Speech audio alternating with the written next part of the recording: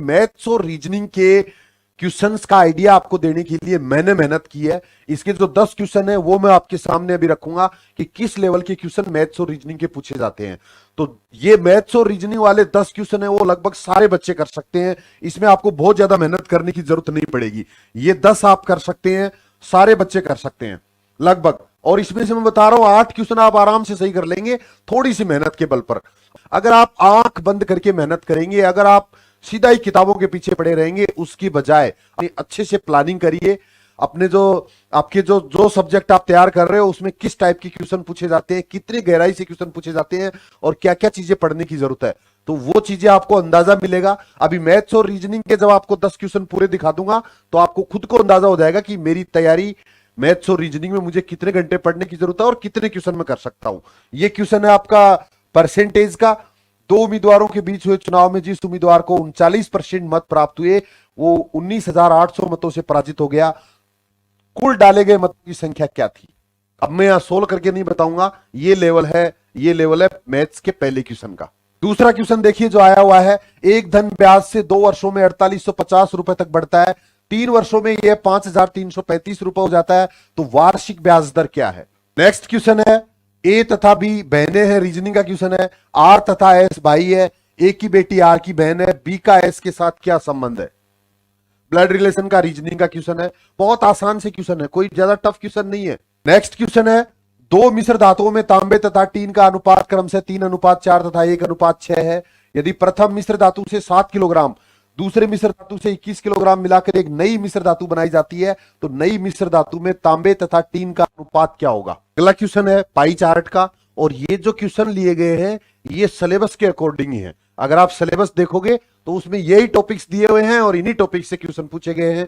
Pie chart का question है, ये परसेंटेज बेस्ड है और चार्ट बनाना अगर आपको आता है, ये अगर आपको समझ में आ गया तो 1 सेकंड भी नहीं लगेगी आपको ये क्वेश्चन हल करने में।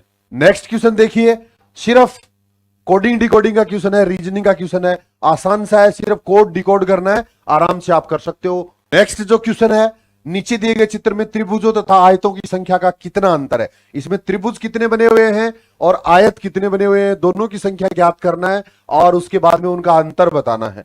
आराम से कर सकते हो, बिल्कुल कांस्टेबल लेवल का एग्जाम के क्वेश्चन है ये। जो क्वेश्चन मैथ्स और रीजनिंग में है ये 10th बेस है, आराम से। जनरल डरने की जरूरत नहीं।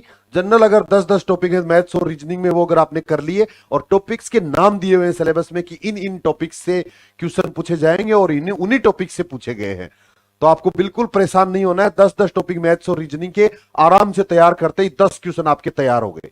अगला देखिए, कथन और निष्कर्ष का क्वेश्चन है।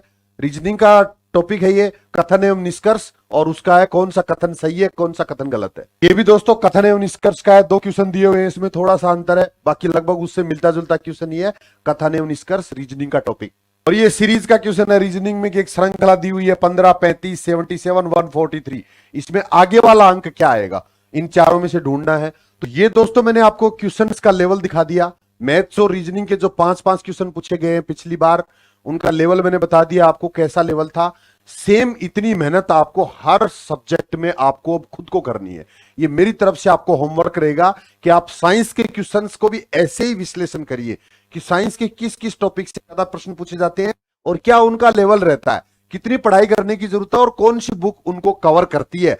इसी तरह से करंट के क्वेश्चन पे मेहनत करिए। इसी तरह से हिस्ट्री, ज्योग्राफी, पॉलिटी, जो भी सब्जेक्ट आप तैयार कर रहे हो उसके क्वेश्चंस पे ऐसे ही मेहनत करिए। और ये सिर्फ मैंने 1 साल का बताया है, एक एग्जाम का बताया है।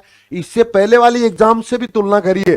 पिछली बार, इससे पहले वाली बार जो एग्जाम हुई थी उसमें कैसे क्वेश्चन थे, सेम इसी तरह से हिंदी पर भी आपको खुद को मेहनत करनी पड़ेगी।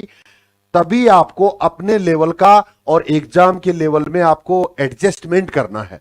आप कितने पढ़े हुए हैं, कितना आपका आईक्यू है, वो सारी चीजें आप कर पाएंगे। ये मेरे बताने से नहीं होगा, मैं सिर्फ आपको गाइड कर सकता हूं जो मैंने आपको करने की कोशिश की है। आशा है आपको ये चीज समझ में आई होगी।